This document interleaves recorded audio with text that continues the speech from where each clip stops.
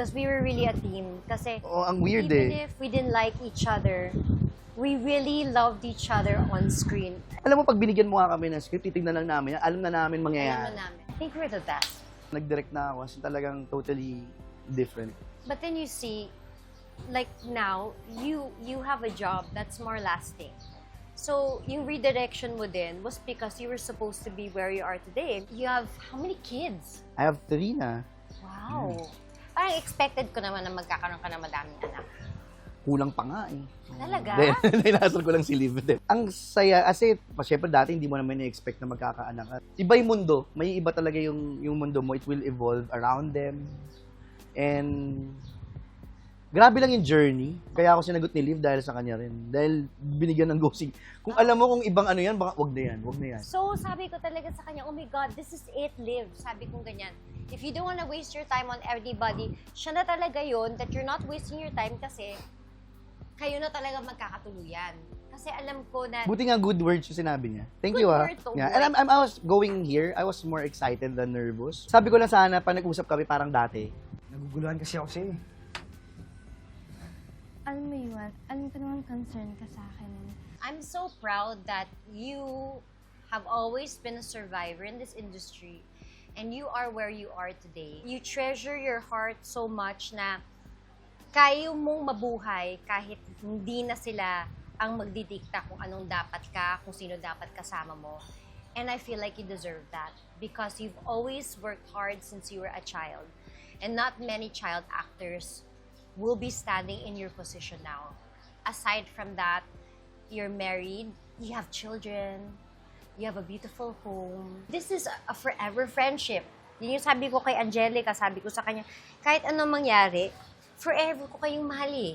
Grabe naman yun. Thank you, Hearty. Thank you so much. Hindi ka mawawala sa buhay ko because hindi lang sa mata ng maraming tao but even for me, malaki yung part mo sa journey ko. Alam ko na nakikita na lang ng mga tao ngayon is ngayon. Pero hindi nila alam kung paano ka before, kung paano ka umabot sa ganyan na bata ka pa lang, yun ka na. And I'm just so happy na hindi ka rin nagbago.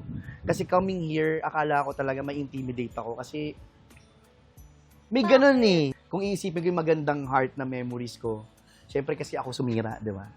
Aaminin ko na. Pasensya na po sa mga Joe Heart. You're Pasensya my na sa mga- forever friend. Pasensya na sa mga Joe Heart. Like, you know, I was like, And I think this is the beauty of it kasi we were friends first before anything else. Kaya walang masisira doon. yeah. As in, forever, forever. Diba? So, kailan nga yung anniversary? 020202. I missed you. Nakakamiss ka, no? Missed you. Grabe, I never thought we'll have Don't this. forget me. Hindi talaga mangyayari, Artie. Unless magka-amnesia ako, ah. So I feel like na-heal ako. Na-heal ako today. May maganda kaming conversation after that. Yeah. So this has been Missy and Hiwan! Nangyari See you din, guys. no? Yes, it's not the end. So at the end, tandaan nyo, kailangan at importante. Kahit pa-forward tayo, marunong tayo tumingin sa pinanggalingan natin. At wag na wag natin kakalimutan yung mga nakasama natin during our trials, during our good times, at sa mga tumulong sa atin, sa mga careers natin. To the Prats family, I just wanna say, malaking utang na loob ko sa inyo dahil hindi mabibigyan ng break si Missy ang kakakayan ko kung hindi dahil sa inyo. So always be grateful, and I am grateful that I still have the friends that I had back then. This has been such a wonderful episode, one of my favorite episodes of Heart World. Hindi pa dito matatapos ang Heart World dahil sobrang dami pang mangyayari. So I'll see you in the next episode of Heart World. Hello everybody! Welcome to another episode of Heart World. Ito masasabi ko, isa sa mga pinaka-paborito kong episode because this is a first time for me and a first time for you. I landed already in Shanghai. You're late. Yiran Tian is the very first show that we have at 8:30 and it's already 6 o'clock. We gotta leave the hotel at 7. Timer starts now.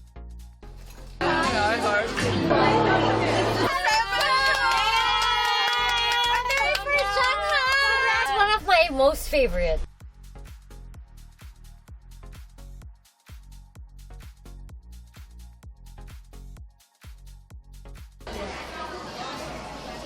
Xinguang. 苹果暂时不在库哦。要不要看看挖酷酷毛绒手办？ Napakasakit. I don't wanna, ano. Ang sakit-sakit.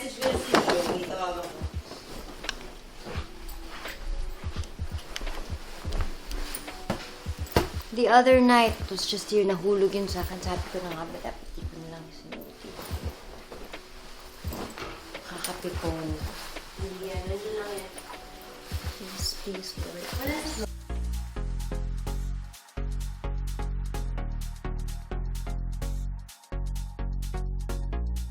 Thank you so much for coming, Camila.